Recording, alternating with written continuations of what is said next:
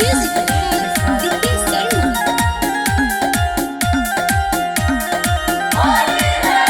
असोहलिया में करब होर दंग, पिचकारी लेके साली तोरा संग। असोहलिया में करब होर दंग, पिचकारी लेके साली तोरा संग। जिए जीजा तोहर करने ओ रंग, तुम गलिया पे रगरे दन रंग।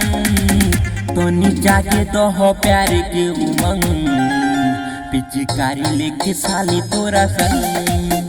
असोहलिया में करब होर दंग, पिचकारी लेके साली तोरा संग। असोहलिया में होलिया में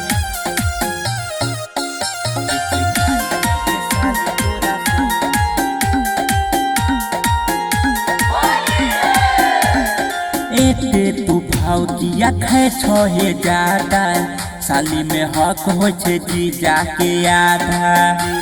अरे साली एने आवो हो, एते तू भाव किया खे छहे ज्यादा, साली में हक हो छे जीजा के आधा।